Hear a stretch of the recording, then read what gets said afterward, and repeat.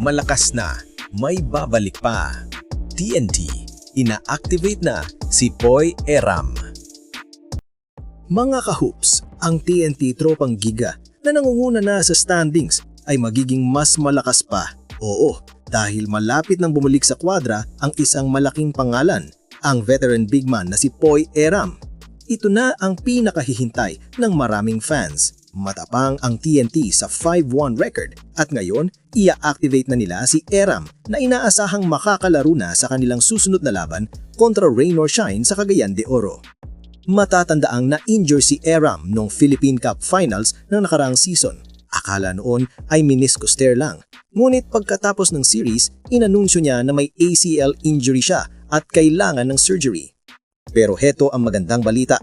Ayon sa TNT Strength and Conditioning Coach, hindi pala ito full tear, kaya hindi na kailangan ng operasyon. Isang malaking blessing ito para kay Eram at sa buong TNT franchise. Teka, mabilis lang to. Promise, quick trivia muna. At ngayon, ang ating Trivia of the Day. Alam niyo ba ang pagkakaiba ng meniscus tear at ACL tear? Ang meniscus ay ang parang unan sa ating tuhod na sumasalo ng impact. Ang ACL naman ay isang ligament na nagpapastable sa galaw ng tuhod. Ang ACL tear ay mas malala at mas mahabang recovery, kaya napakalaking bagay na hindi ito full tear kay Eram. Nagpapasalamat ang buong PBA community.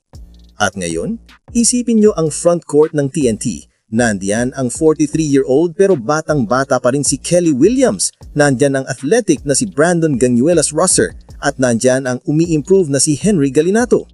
Idagdag mo na ngayong si Poy Eram, isang veteran na rim protector, rebounder at may kakayahang mag-score sa ilalim. Parang nanalo sa loto ang TNT. Lalong lalaki at lalakas ang kanilang depensa. Narito ang aking analysis mga ka-hoops. Ang pagbabalik ni Poy Eram ay hindi lang basta dagdag player. Ito ay isang game changer para sa TNT at sa buong Philippine Cup. Una, bibigyan niya ng rest si Kelly Williams at Brandon Ganuelas-Rosser. Pangalawa, magdadala siya ng championship experience at defensive intensity sa second unit. At pangatlo, sa mga krusyal na laban kontra sa mga malalaking team tulad ng San Miguel at Magnolia, may pangharap na ang TNT kay Junmar Fajardo at iba pang dominant big men. Kung healthy at 100% si Eram, walang duda na isa ang TNT sa mga pinakamalaking favorite para kampyonato sa conference na ito. Kaya mga ka-hoops, abangan natin ang official comeback ni Poy Eram. Sa tingin nyo, makakapag-contribute ba agad siya? O kailangan pa niya ng ilang laro para mahuli ang kanyang kondisyon?